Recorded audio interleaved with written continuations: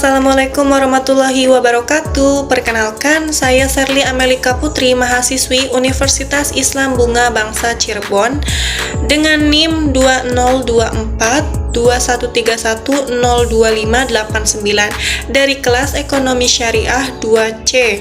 Pada kesempatan kali ini saya membuat video penugasan mata kuliah kewarganegaraan untuk memenuhi tugas akhir.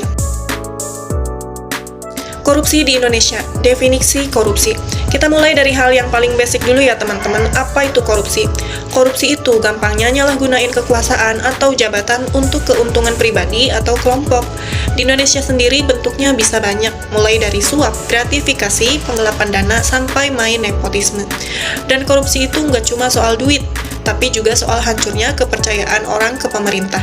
Kalau pejabatnya aja korupsi, rakyat bisa jadi malas percaya sama sistem.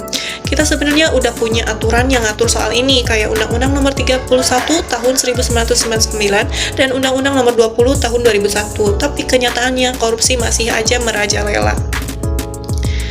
Next, kenapa korupsi masih banyak? Nah, kenapa sih korupsi ini susah banget diberantas? Pertama, hukum kita kadang lemah.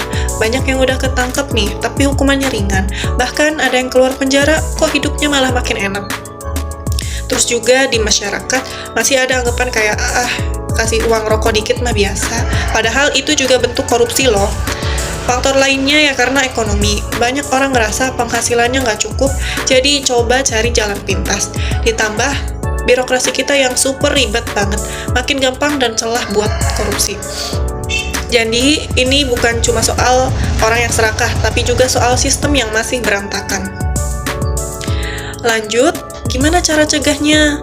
Supaya korupsi ini bisa dicegah, tentu nggak bisa dengan instan, tapi ada beberapa hal yang penting yang mungkin bisa jadi solusi. First, mulai dari pendidikan karakternya dulu. Anak-anak harus dibiasain sedini mungkin buat jujur, tanggung jawab, dan nggak nyontek, karena korupsi itu bisa dimulai dari hal-hal kecil. Kedua, reformasi birokrasi. Layanan publik harus dibuat lebih cepat dan transparan. Sekarang kan udah serba digital, jadi manfaatin teknologi biar lebih terbuka. KPK, BPK, dan lembaga lain juga harus tetap didukung, tapi ya harus kerja serius, nggak setengah-setengah, dan yang penting hukum harus ditegakkan dengan adil dan nggak pandang bulu. Lalu, good and clean governance.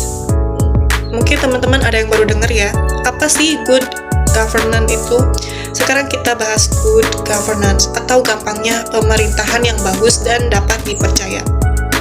Ada beberapa prinsip penting nih, kayak transparansi, akuntabilitas, partisipasi masyarakat, keadilan, dan penegakan hukum. Artinya, pemerintah itu harus terbuka, bertanggung jawab, dan benar-benar kerja buat rakyat, bukan buat kepentingan golongan sendiri. Tadi ada good, sekarang kita ke clean governance.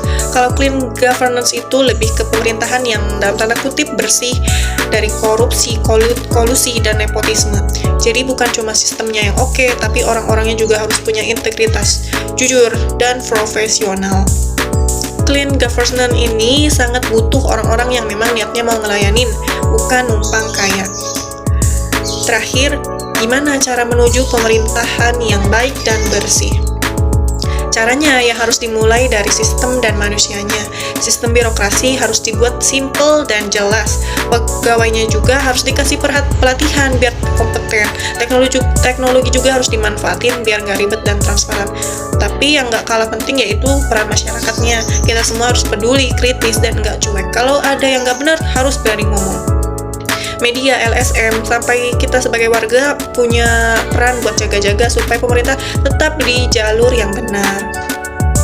Oke, jadi kesimpulannya adalah korupsi itu masalah serius tapi bukan nggak bisa dilawan. Kuncinya ada di sistem yang kuat, penegakan hukum yang adil, pendidikan yang baik, dan budaya yang sehat. Kalau semua pihak kerjasama, pemerintah dan masyarakat, bukan nggak mungkin kita bisa mewujudkan Indonesia yang jujur, bersih, dan sejahtera. Terima kasih banyak ya teman-teman sudah menyimak pembahasan tadi. Sekian dari saya. Wassalamualaikum warahmatullahi wabarakatuh.